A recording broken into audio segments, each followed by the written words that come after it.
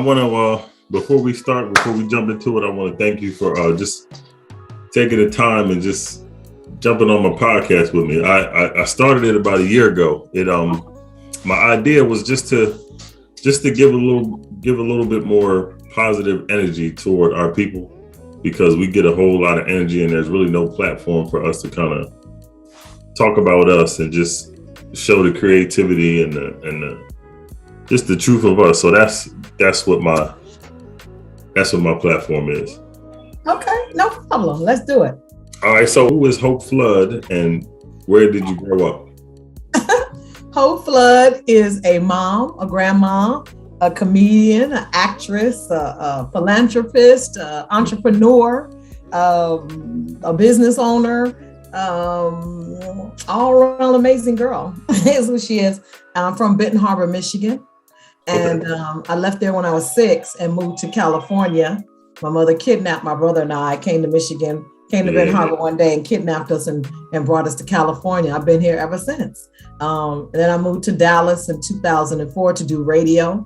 I stayed there for about 7 years. I was on the radio for about 3 years. We took the station from a 0.09 to a 2.9 in less than 2 years. It's like unheard of in radio. And I would still be there. We just got caught up in all that syndication stuff with Steve Harvey and Tom Joyner at the time and Ricky Smiley. Otherwise, I would have still been there. The owner wanted Steve on the station so bad. And when it came, it happened. And so we got ousted from that. And then I stayed for a while longer. I was married and everything, trying to stay married and be normal. And then I moved to Atlanta for a year. I stayed there for a year and I didn't like it. I love the South. I love the Southern hospitality. I love that it's a Black city. I just don't like the crowdedness of it. I didn't like the weather. And so I moved back home to LA in end of 2011. I moved back to Los Angeles and this is where I'm at. I've been here ever since. So how did you get your start in stand-up comedy? Basically, I've been wanting to be in the entertainment business since I was 5 years old. I knew I wanted to be an entertainer. I didn't know I didn't discover stand-up till way later, but I was in every school play. I was in talent shows. We did a lot of skits like in Living Color and Saturday Night Live. I did a lot of those types of skits and things. And so I knew then in 1989, I discovered stand-up comedy and I went to a comedy club and D.L. Hughley was there and he was the host. And I went up to him, I said, I want to do comedy. He said, come back next week. I said, give me 2 weeks. And I invited all my friends and they were like, we've been waiting on this. And because I've been telling them I'm going to do stand-up, but it didn't become really real to me until 1986. I saw Whoopi Goldberg's one-woman show that she did on Broadway, where she did the 5 characters. And that really inspired me because I hadn't really seen any Black female comedians on TV like that. Right. And so that really inspired me. And then I waited about 2 or 3 years later and then I did stand-up and here I am. Now I know a lot of people remember you from Comic View. We had talked on the phone and I was telling you about that. Yeah. But have you ever appeared on Def Comedy Jam? Absolutely. I did. The first time I did it, they didn't air it because I bombed so bad. I was so excited to be in New York and everything. And I was just too excited. I lost my voice. And so they didn't air it, which was great because it was horrible. Yeah. And then I did it years later. Yeah, I did. They did a season where they called it the Def Jam All-Stars. And so I did that. So yeah, I've done Def Comedy Jam, Martin Lawrence Presents. I've done Comedy Central with Tracy Morgan. And I've done a few things. Yeah, you the I guess what they say, the OG. You're OG. Yeah. OG. Yeah. Veteran OG. Yeah. Yes, absolutely. Now, one of my favorite things that you did on Comic View was the Sisters Got Your Back poem. Oh, yeah. I don't remember no more. Yeah. No. I know. Yeah. I know. Yeah. I did it on my 1 hour special. Yeah. I remember looking at it the other day, or re-looking at it, and just I guess you could say the reaction from the audience, because I guess at the time people were kind of afraid to. That was one thing about you. You was never really afraid to say anything. You know what I mean? It was just. I mean, it was authentic. I think I'm authentic, and I think I'm also transparent. So, I talk about, and a lot of comedians talk about what they're going through at the time, and they put it in their act. It's a form of therapy. So I was the first one in 97 when I first did Comic View to put penitentiary material on TV and talk about the brothers locked up, because my son's father was locked up at that time. Yeah. So that's what I was going through. And you just don't know how many people that you really affect. A lot of those brothers that get out, I've seen them out, they come up to me, and some of them in tears saying, thank you for always thinking of us and shouting us out. And you really helped me get through some really bad times. And so, I took a lot of heat for it back then, but I've always been a trendsetter. I've always beat to my own drum. I've never allowed anybody to tell me when, what, why, when to do what I do. So sometimes you pay for it. It costs you sometimes. Yeah, because I had Thea Vidal on my podcast a few months ago, and we were talking about it, and just some of the things that she went through, and she was I guess y'all are trailblazers, you know what I mean? And so you can see a lot of the stuff that you guys were, it was kind of frowned upon, the stuff that y'all were talking about then, that it's just what it is now. It was frowned upon if a woman was doing it, but if a man was doing it, it wasn't frowned upon if a man said it. Yeah, but if it's frowned upon. Yeah, and it's that's exactly what she said too. Yeah, that's exactly what she said women, we were always frowned upon, and I appreciate y'all for that, because now it opened a lot of doors for a lot of other women. Yeah. That are trying to get into business. Now I remember when Comic View added the crickets to people's to people. I remember they added the crickets to their sets. So do you think them adding that, do you think that helped some comedians, or do you think it kind of destroyed some of their careers? It hurt a lot of comedians' careers, because one, they didn't know. I felt like if you're gonna add crickets, you could have added laughter, and supported that comedian that came there to do it and stuff. And these people are like, I'm gonna be on TV, their first time ever on TV like that, and they having watch parties and stuff, and then you have all your people and your fans there, and they looking at it, and then it's crickets and stuff, So I didn't approve of it, and I didn't like it, because I know what it takes to be a comedian. I know how hard and how much gut you have to have. And for that to be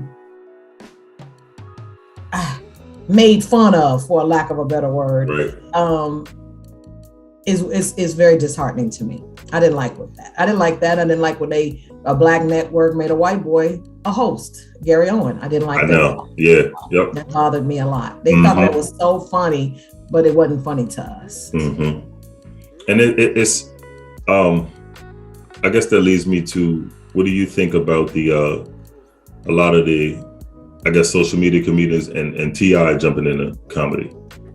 You talking about the internet comedians? Yeah. I don't have a problem with them. I think that it should just be called something else. They just need their own language. Yep. That's all. I don't have because we have a lot of gifts in us. And so can't nobody pigeonhole me and say, oh, you can only do stand-up. I act, I do radio, I can direct, I can manage people. So you can't put us in a box, whatever. I just feel like they need to call it something else, because those skits don't translate to stand-up. Yeah, and so that's the only thing. So I'm all for whoever want to do whatever. We never saw that coming. We would have jumped on that bandwagon. I know. And we know that shit was coming out. And as far as Tip doing comedy, like I said, I don't have a problem with Tip doing comedy. I don't even think this is an issue. I just think that he is jumping the line. And I think because of who he is, they let him jump the line, but he hasn't gotten his voice yet. it takes about 3 to 4 years to develop your voice and who you are. Like you can close your eyes, you'll know a Chris Rock joke. You can close your eyes, you'll know a Dave Chappelle joke. You know DL, you know their jokes because that's their voice and their point of view. Tim hasn't developed that yet. And I feel like you're taking a spot for comedians who have been on this grind, who have been on this journey and stuff or whatever. Right, take your time with this and make sure this is what you want to do, because you're taking a spot of somebody that's lived and breathed this their whole life, and then you decide to quit when it gets hard, and now that opportunity could have went to somebody else who was deserving. So all I'm telling him is that this is not a sprint, this is a marathon. Take your time with this business and stuff. Go to some places and the promoter don't pay you and shit. Ride the bus and stuff. Get jilted at the airport. You get a gig and a motherfucker come to you and be like, let me holler at you. We know what that means. That means you ain't getting your fucking money. You ain't lying.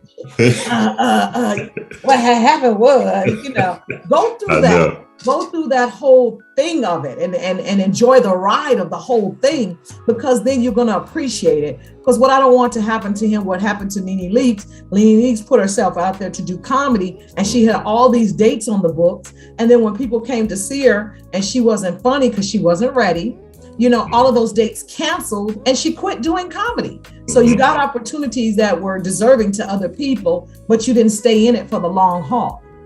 That's what I don't want him to not do. You're not going to get funny faster. This is not a rap game. I know. You know what I'm saying? Or whatever. You ain't gonna come up with your greatest hit.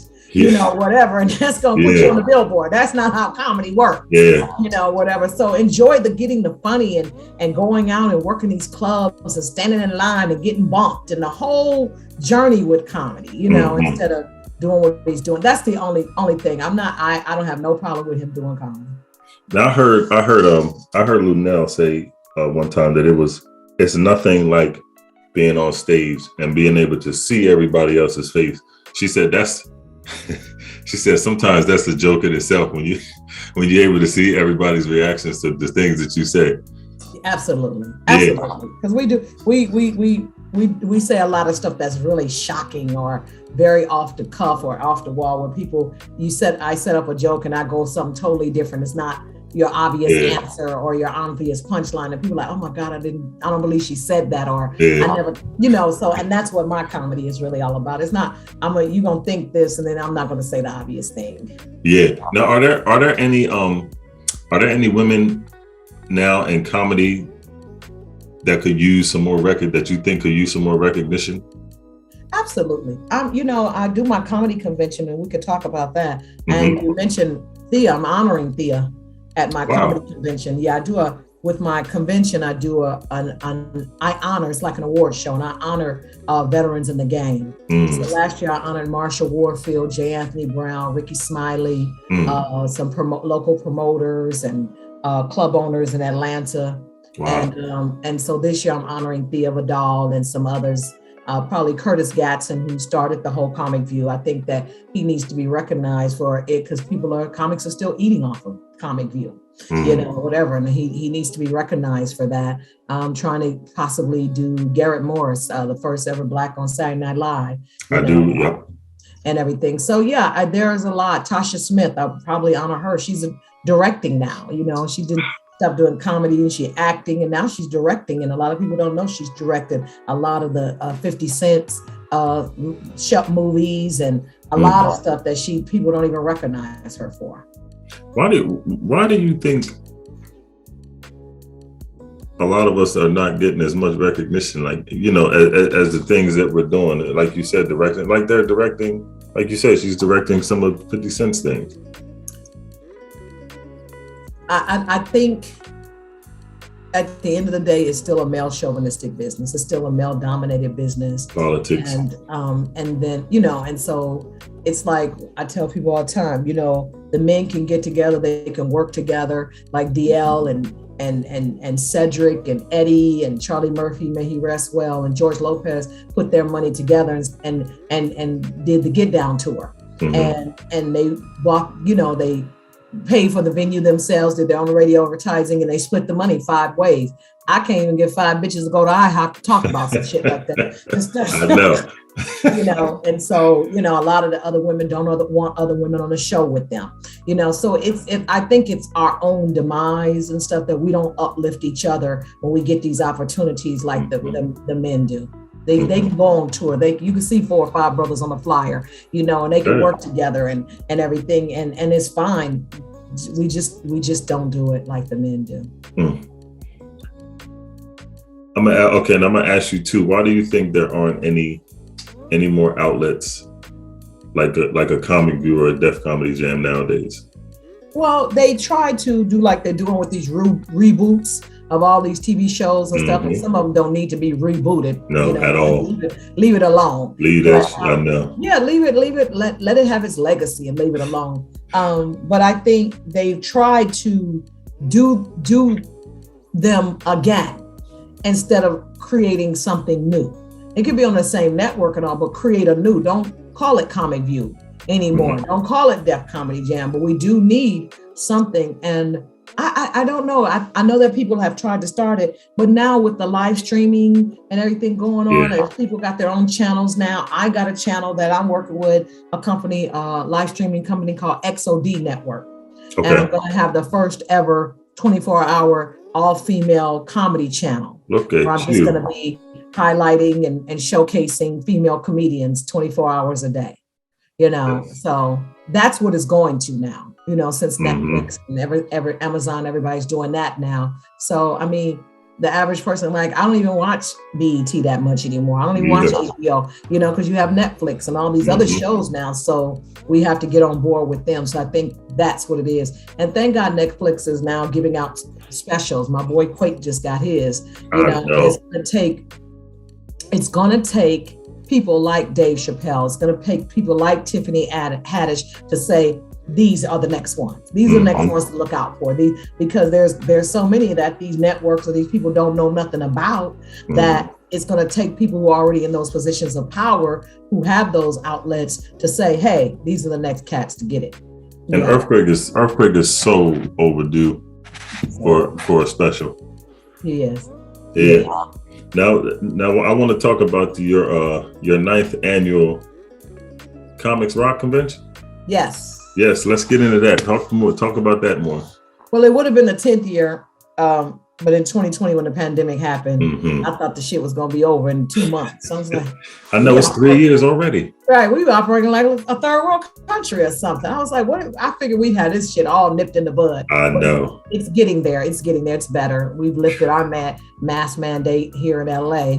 And so finally we were one of the last states to actually reopen everything, and everything. But my 9th annual ComicsRock Convention is something that God put in my heart to do. And it's basically helping comedians to win.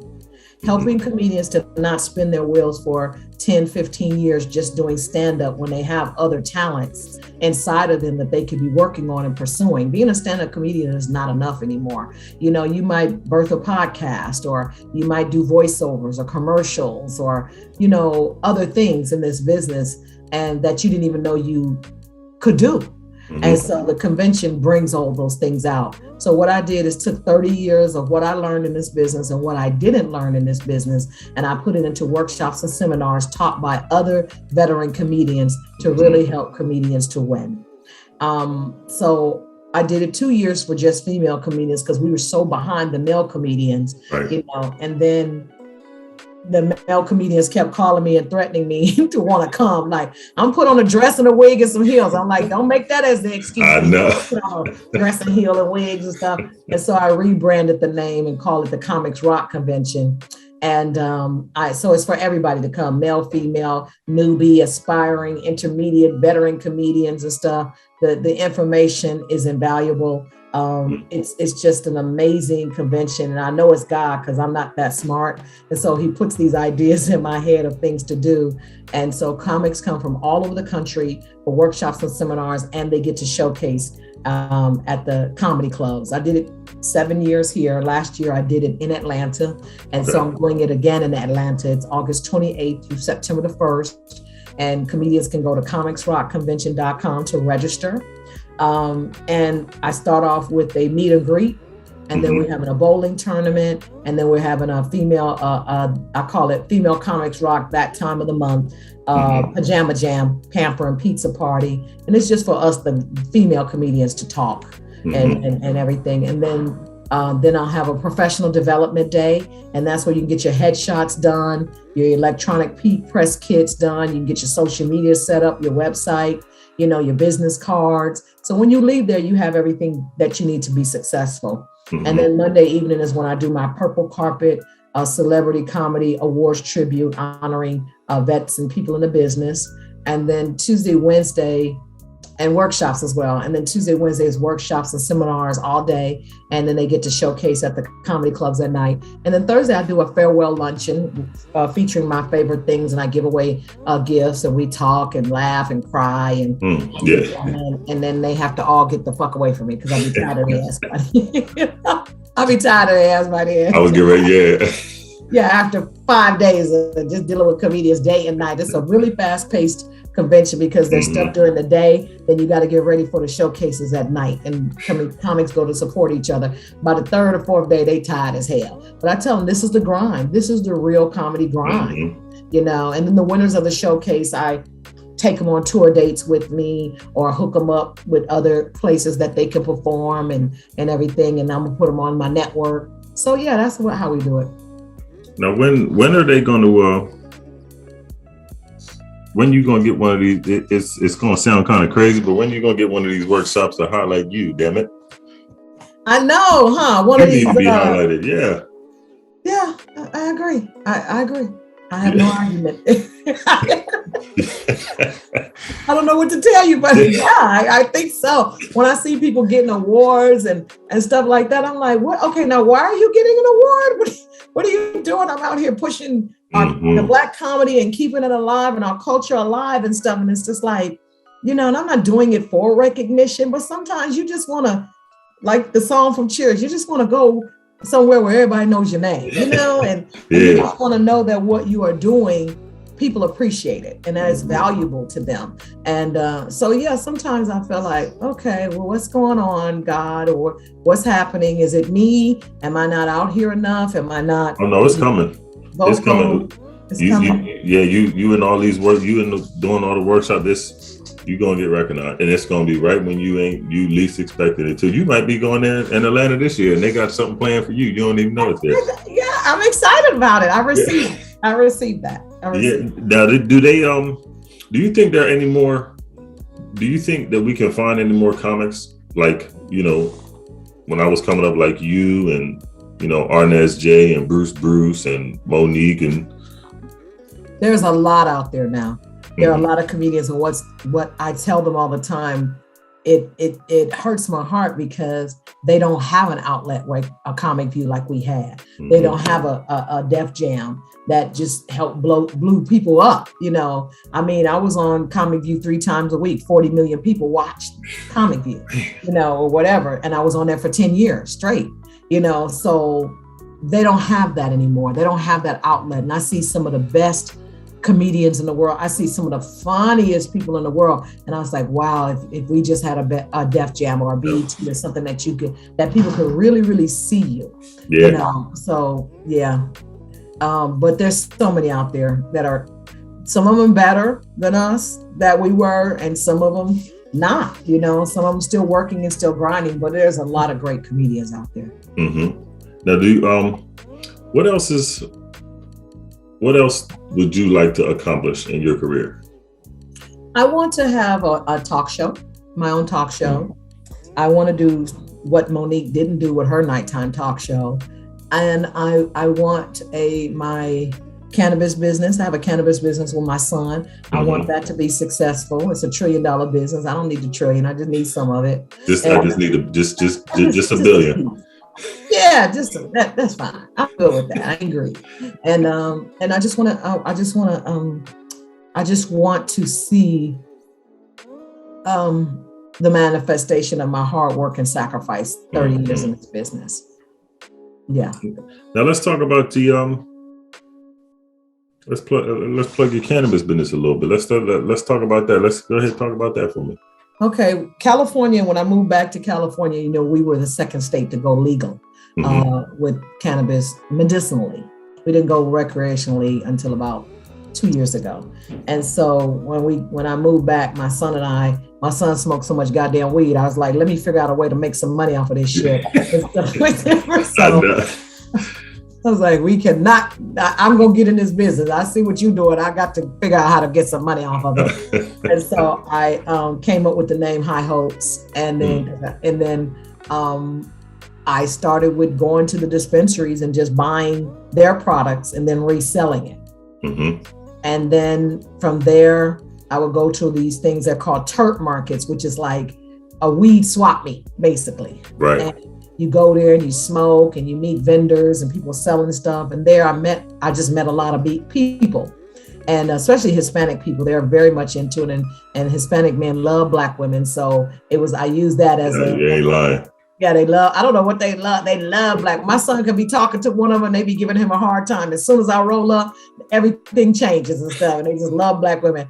And so I met some amazing people and they helped me along the way. Some stuff I learned on YouTube. And then I met this white girl. She's a comedian and she was homeless and she needed a place to stay.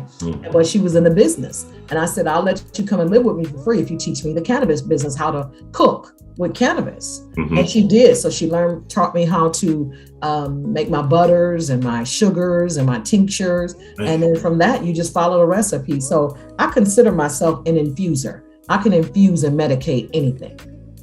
If you look at my site, I have probably over 200 products on my site, and it's www.highhopes.biz. And I make everything from, I'm doing the rap snacks right now with all the hip hop icons. I hope Master P don't get a hold of that. Okay. And then I do Girl Scout cookies, and why do kids get to have all the fun? Okay. I do that. I make a hope juice. My hope juice has 5 stages. It makes you hot, high, horny, hungry, and then it's the best sleep of your life. I have an ointment, hope ointment, that I make one with CBD and one with THC. And we soak it in a crock pot with essential oils and turmeric and jalapeno and black pepper and cayenne and all kinds of oils and things like that, and shea butter. We soak it in a crock pot for like 2 to 3 months. And when people put it on them, it just, whatever they're going through, whatever pain, it just heals it. It just stops it automatically. And so I got into this business to heal people. I got into this business to educate people of the benefits of cannabis and CBD, and that it's been around 100,000 years, that it's been given a bad rap, but it's been around 100,000 years. Jesus used it to heal people. It was called cannabosium and strange plant. When he made the salve to make the blind man see, that was an indica that was in there, which is one of the healing strains. And so I'm just trying to re-educate our people and let them know that prescription drugs is never going to heal you. It's just putting a Band-Aid on a bullet wound. But cannabis and CBD will heal you. It could heal cancer and all kinds of things. It's an amazing plant. And it has so many uses medicinally. And so that's why I got into this business and stuff, to help educate and heal our people. My grandmother was a prescription drug addict. She took 60 pills a day. And so it's very hard for me to take pills unless it's just absolutely necessary. I try to rely on my cannabis or my Dr. Sebi products. I use a lot of his products, Dr. Sebi. I use a lot of his products and stuff because it's one thing about his stuff. It's natural. When you take it, it works right then and there. As when you get stuff from the GNCs or those vitamin shops, it takes about 30 days because there's so much fillers in that. Whereas his stuff, there's no fillers in it. It works. If you got mucus, if you take 4 of them, you can feel that drying up right there. So I do. I remember researching some of Dr. Sebi's stuff, because I just, like you said, with the mucus and stuff, that's what's killing most of us now. That's what he said. He said mucus is the disease that's killing everybody. And so I had corona. I almost died. I had corona in September of last year, and I was in the hospital for about 6 weeks. And it wasn't the corona itself. They were able to treat that in about 4 days. It was my oxygen. My oxygen was they could not get my oxygen down enough, and that's what people are dying from. They're falling asleep and just dying from their oxygen. And so And then I had so much mucus, I had to get his products and stuff. The place that they have it at is down the street. And then so I had to go get a bunch of his products, and that it just knocked. I think I probably coughed up a gallon of mucus in that whole time. It was a lot of mucus, because I had compromised my lungs because I didn't go to the doctor, because I do have everything to heal corona, because me and my girlfriends, we go to Mexico, we go to Tijuana, so we get all the stuff that's needed. I had everything. I just didn't have oxygen. And so something told me to go to the hospital, and that's what it was. It was my oxygen. Yeah. Wow. Now I want to jump to another side real fast, because I was listening to somebody talk about this again, but what do you think about the Joe Rogan controversy? I don't know anything about it. What happened? He said the N-word or something? Yeah, it was I guess over the span of his whole podcast, Spotify had bought it out, and they had put all his stuff on their platform. But then he was like, I'm not racist. It's just, I was just saying it. He was saying, Well, how do you get mad at a word they created? They created that word. We've just taken it back and we made it for good and not evil. Like, you my nigga, or, something that's positive to us or whatever. But they say it anyway. They say it when we're not around. When we're not there. Yes, exactly what I said. Whatever. That's why they're so comfortable saying it. Whatever. They just get uncomfortable when we're around, because they know we're not going for it no more. This ain't the 1800s. This ain't slavery or whatever. But, you can't get mad for a word that they created per se or whatever. But I mean, when I hear a lot of the white comedians, they try to say it, but they say it in either a joke, or they just try to say my black friends and stuff. Yeah. And it's like, you still can't say it. Yeah. You still can't say it. And they say, why y'all can say it? Because we took it back. That's why, but y'all can't say it. That's an ass whooping. Yeah. So, and I think, what do they do? A lot of people pull their music from the platform and everything. Because But I think he'll get most of it back. Okay. Yeah, They always do. That's exactly what I. Yeah. Now I wanna can you shout out the dates and stuff for your convention again? Yes. Yeah. It's August 28th through September the 2nd. Comedians can register at www.comicsrockconvention.com. If there's agents and managers and people who want to come to learn about this business because they have a client, that's in the business, they can come and register as well. If promoters want to come, I have a Comics Rock entertainment pass where you can go to all the showcases and all the special events and things like that. If comedians can't afford it, they can put it on what I call my laugh away plan. It's like layaway, so they can put a deposit down on it and everything, and it'll secure them a spot. And I'm working on everything else and stuff. So as each week we work on different things with it and add things to the website, so they can just keep checking back. But it's August 28th through September the 2nd in Atlanta, Georgia. Okay, cool. Now, where can they reach out to you on social media? On Instagram, it's hope.flood on Instagram. On Facebook, it's Hope Flood. My website is hopeflood.com. My email address is hope@hopeflood.com. So this is the class I teach at the convention. It's the first class that they get. And it's about the business of comedy and making sure all your handles are the same. Because when you get off stage, I'm going to say, good night, my name is Hope Flood. I'm not going to say my business. I'm not going to say this or that. So people need to know how to find you and where to find you. So it's important that your branding is all the same. All the same. Yeah. Yeah. I do have a disclaimer. People Google me a lot, and I don't know why people have been Googling my net worth. It says my net worth is $4 million. Where do they get these? I know. I said, no wonder so many of these niggas in my inbox. Okay. $4 million. Now I'm saying I'm gonna say that as a projection, like God is saying, you're gonna get $4 million. Right.